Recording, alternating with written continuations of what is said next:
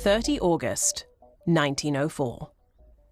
The sun hangs over St. Louis like a punitive, petulant god. The air is so hot and thick, you could ladle it into a bowl and serve it with crackers.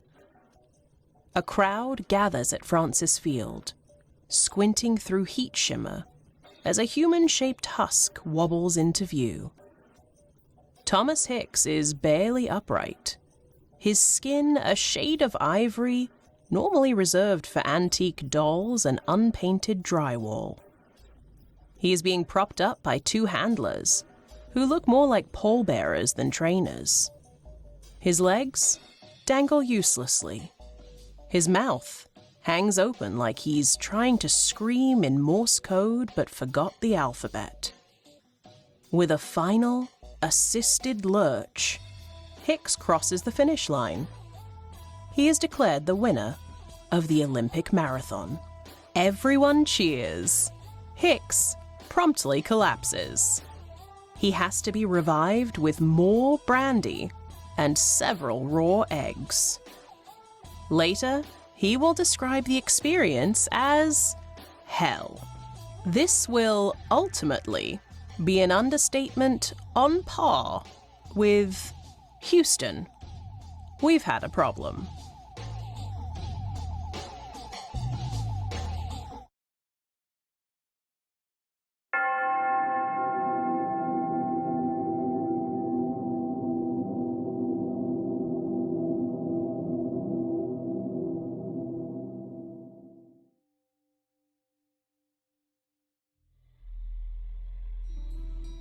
To truly appreciate the superlative dumpster fire that was the 1904 marathon, one must first understand what a marathon is, and more importantly, why it is.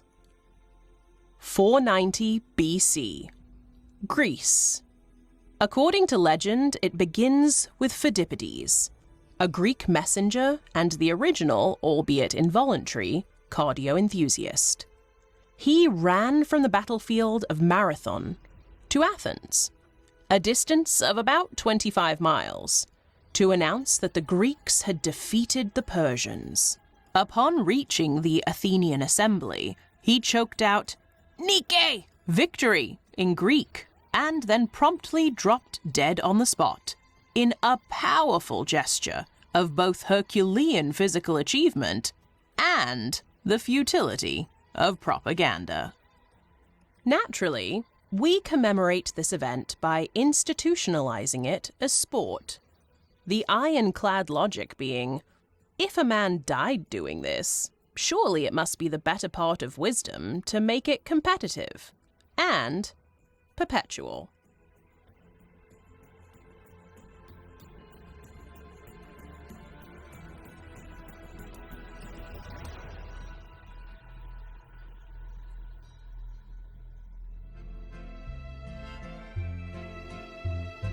When the Olympic Games were revived in 1896, the marathon became one of its flagship events, a tribute to ancient grit, modern nationalism, and the slow public unraveling of the human body.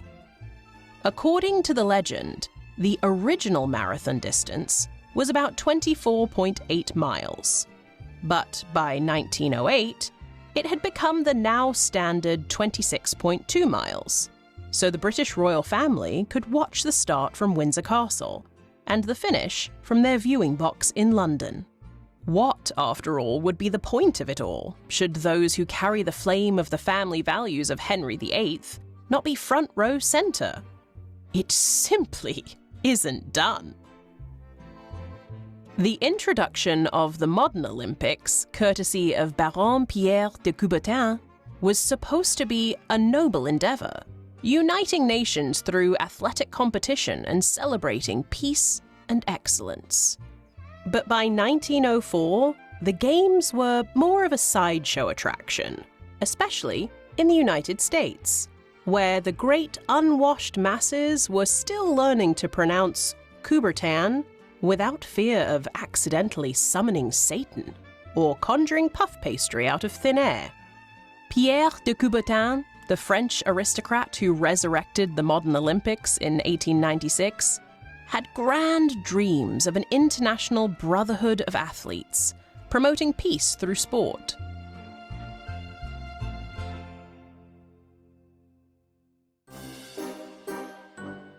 America, on the other hand, had dreams of funnel cakes, Ferris wheels, and showing off a modern update to their oldest invention, racism, but with fancier paperwork. The average American in 1904, however, couldn't distinguish an Olympiad from a meat raffle. The whole concept of an international sporting competition based on ancient Greek ideals was about as relatable to Midwestern fairgoers as a Gertrude Stein novel rendered in hieroglyphics. So when the Olympics arrived in St. Louis, tacked onto the World's Fair like an afterthought or the result of a misguided wager, it wasn't greeted with reverence, but with bewilderment. It's not that Americans rejected the spirit of the Olympics, it's that they misread the spirit, sold it meat on a stick, and forced it to wrestle two goats, trying to fuck a rusted railroad spike.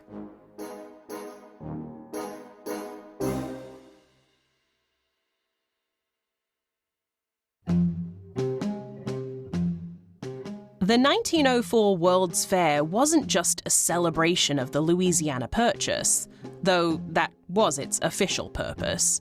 It was also a triumphal exhibition of industrial power, scientific discovery, and a healthy tumbler of good old-fashioned colonial paternalism.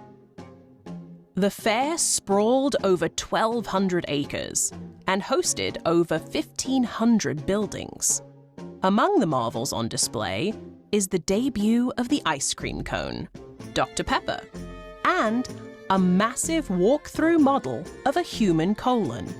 Because it's just not a genuine fair experience unless attendees are made to feel like literal pieces of shit. There was also the baby incubator exhibit, where live, premature infants were displayed like museum specimens in glass boxes. As horrifying a tableau as it sounds, this was, on balance, and with the benefit of hindsight, one of the less disturbing exhibits inflicted upon unsuspecting fairgoers that year.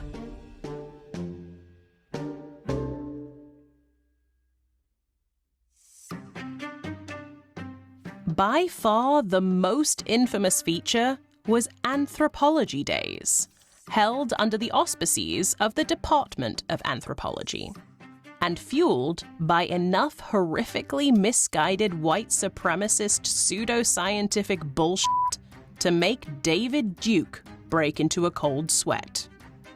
In these games, indigenous people from colonized nations brought to the fair as part of live exhibits, were made to perform athletic tasks for the amusement and study of white spectators. Tribesmen from Africa, the Philippines, and South America were entered into contests like javelin throwing, mud wrestling, and tree climbing.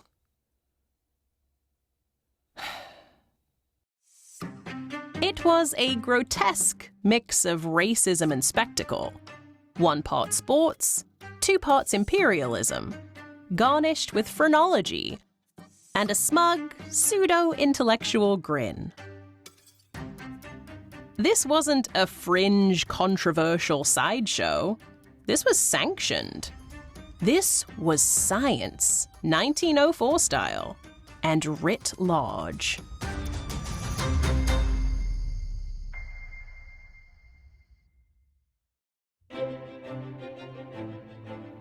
The first modern Olympic Games, held in Athens in 1896, were a tribute to their ancient origins. That inaugural event was modest by today's standards, featuring just 14 nations, 241 athletes, all men of course, and a mix of track and field events, gymnastics, wrestling, fencing, shooting, cycling, swimming, tennis, and weightlifting. Many drawn directly from the ancient Greek pentathlon and military training demonstrations. It was part celebration, academic pursuit, and exercise in sweat-drenched, lofty idealism. The 1900 Games in Paris were less successful. Technically attached to the Exposition Universelle, they were spread over 5 months, often unpublicized, and included events such as pigeon shooting, underwater obstacle swimming, and live cannon firing, for some reason that might have made sense to the French at the time, a sentiment not unfamiliar even to the modern sensibility. Whatever it is, no matter how odd or baffling, it might make sense to the French.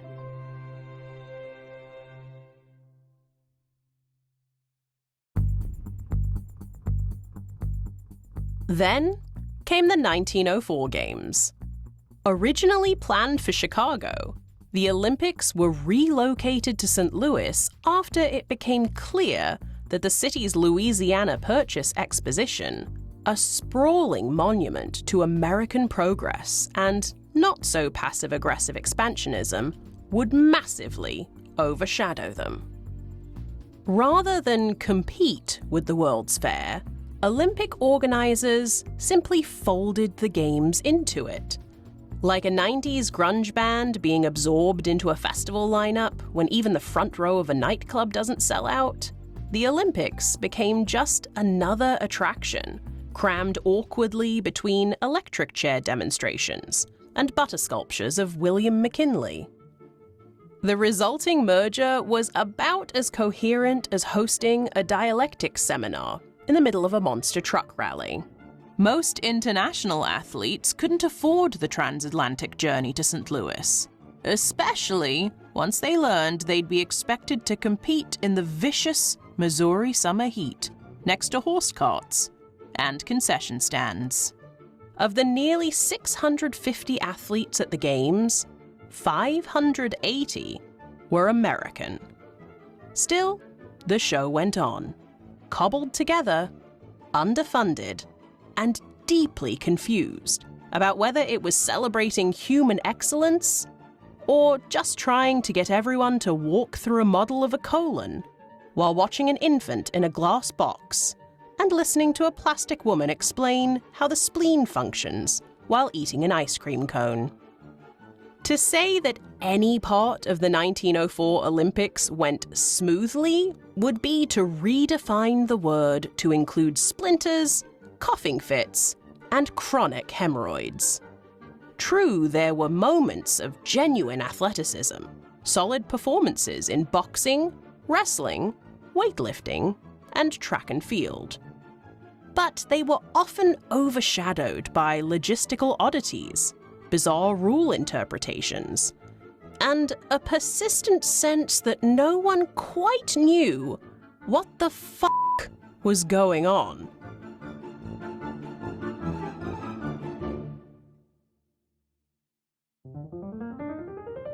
Take, for instance, the gymnastics competition, which featured not only standard routines, but also events like club swinging, where competitors twirled weighted batons in vaguely threatening interpretive gestures, like they were warming up to duel a haunted grandfather clock.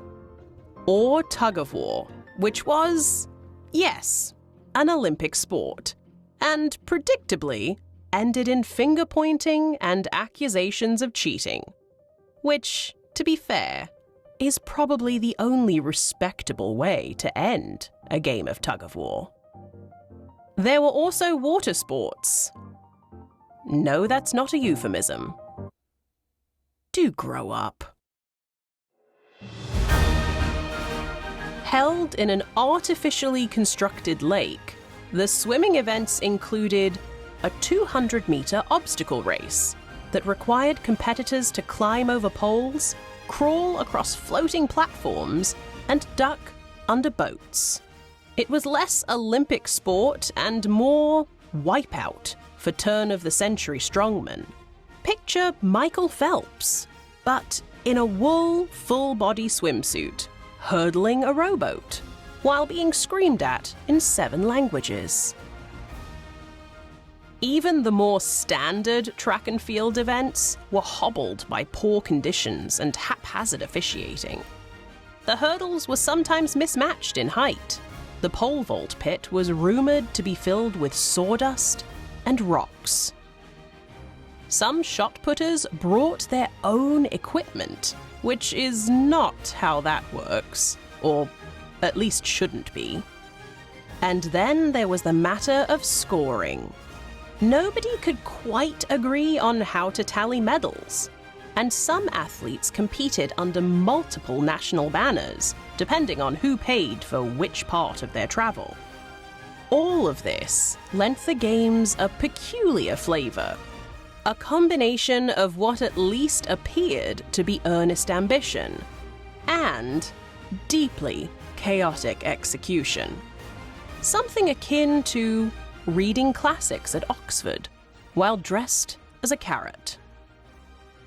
And so, against this backdrop of confusion, creativity, and arse-puckering second-hand embarrassment, we return to the sweltering afternoon of 30 August, 1904.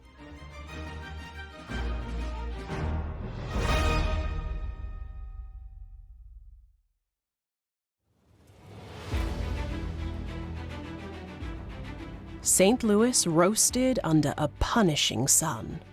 32 men lined up to participate in what would become the most catastrophically misguided endurance event in modern sports history. The Olympic Marathon. Held during the absolute hottest part of the day, because apparently suffering was the unofficial 4th Olympic pillar, the race began at 3:03 p.m. at Francis Field, the stadium on the campus of Washington University. This choice of timing was not a mistake. It was intentional. James E. Sullivan, the chief organizer of the Games, and a man whose understanding of human physiology was one goose feather away from 17th century bloodletting, had a pet theory: that athletes performed better under stress, and dehydration could be used to study the limits of endurance. So the marathon was designed to be as punishing as possible. And oh, what a course. The route stretched 24.85 miles, just shy of the modern 26.2-mile standard. It twisted through winding, dusty roads in and around St. Louis County. These weren't scenic trails or gently sloping parkways.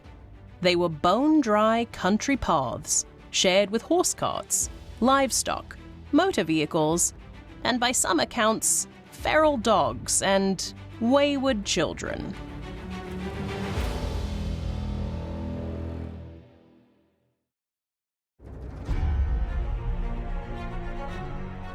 Clouds of dust kicked up by the accompanying vehicles, cars filled with race officials, doctors, reporters, and presumably Lucifer himself, choked the runners throughout the race.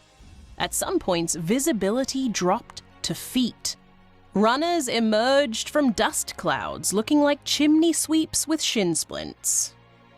The terrain was a hellscape of rolling hills, loose gravel, and sudden inclines. One part of the course featured a sharp 200-foot climb over a single mile. A delightfully cruel elevation that turned even the hardiest competitors into human slinkies.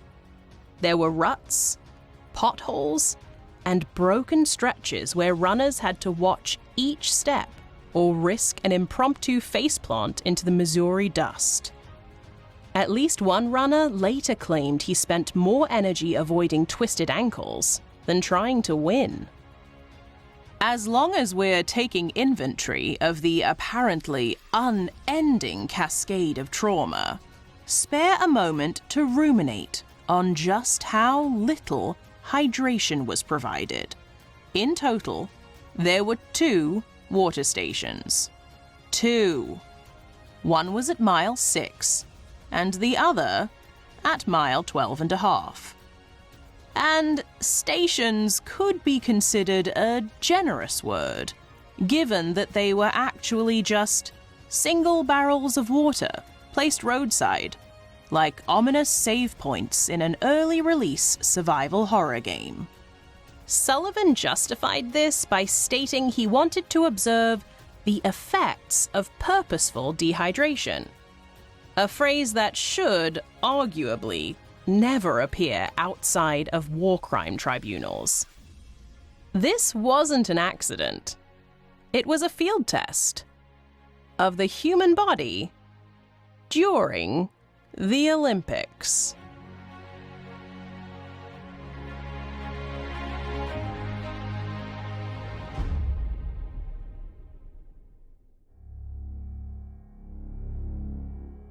And of course, the cars following the runners, blasting fumes and trailing dust, weren't merely bystanders.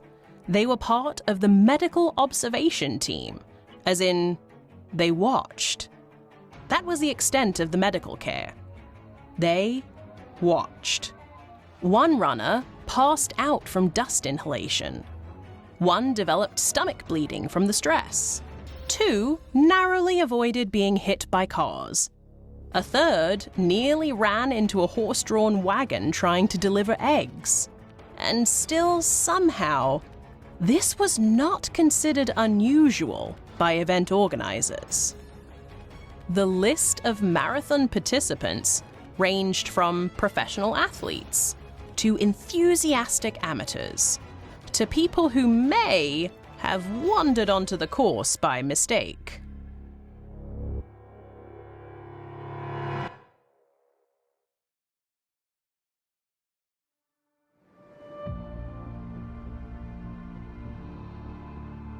There were seasoned runners from the Boston Athletic Association and the New York Athletic Club.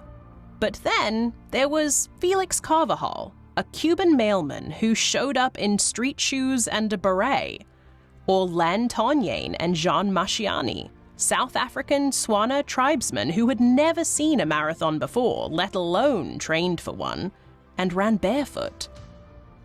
Tonyain and Masciani were brought to the fair to perform in a reenactment of the Boer War. They had never run a marathon before, but were added to the race because it. Or William Garcia, a Californian who collapsed midway through the race due to internal hemorrhaging caused by inhaling the course's endless dust.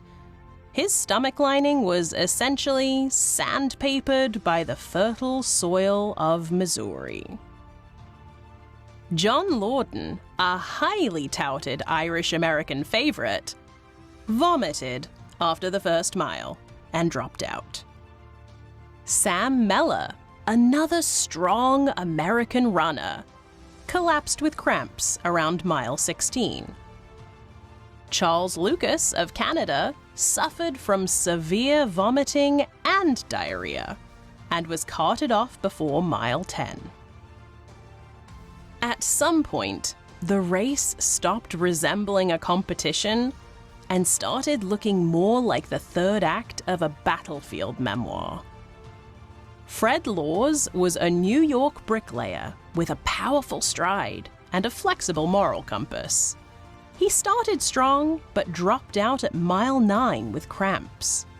He hitched a ride in a car that happened to pass by, as one does, waved to spectators along the way, and was dropped off near the stadium. Feeling refreshed, he jogged the final stretch, broke the tape, and basked in the applause. When he was about to be crowned Olympic champion and posed for photos with Alice Roosevelt, someone pointed out that he had absolutely not run the whole race. When confronted, he shrugged and said it was all a joke.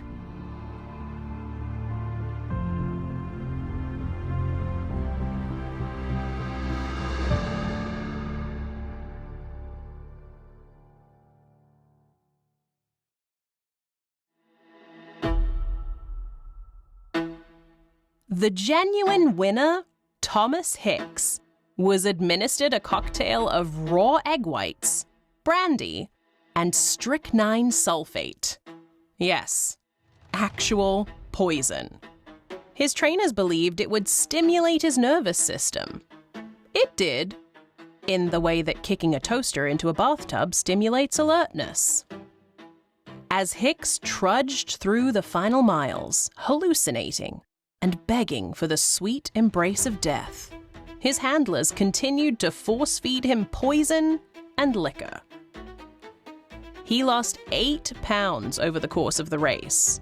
When he finally crossed the finish line, he had to be carried. His feet never touched the ground. Hicks later said he would never run again and would not have finished if not for the help of my trainers. Likely one of the few times in documented history where a thank you has been delivered post near-fatal poisoning. In the end, 14 of the 32 runners finished. Most collapsed, many vomited, and some were hospitalized. And yet, the Olympics continued with the same earnest, reckless enthusiasm that brought us ideas like drilling holes into the skull to release evil spirits, asbestos insulation, and Crystal Pepsi.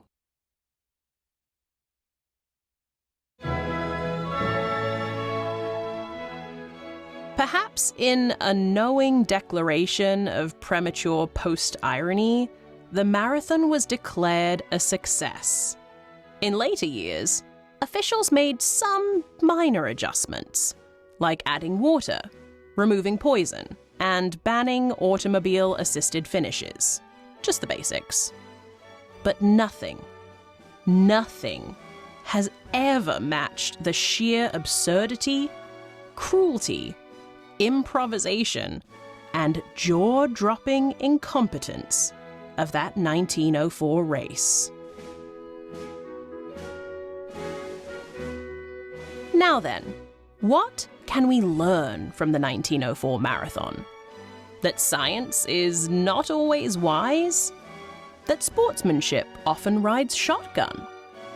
That if someone offers you raw eggs and rat poison on a hot summer day, you should probably say no?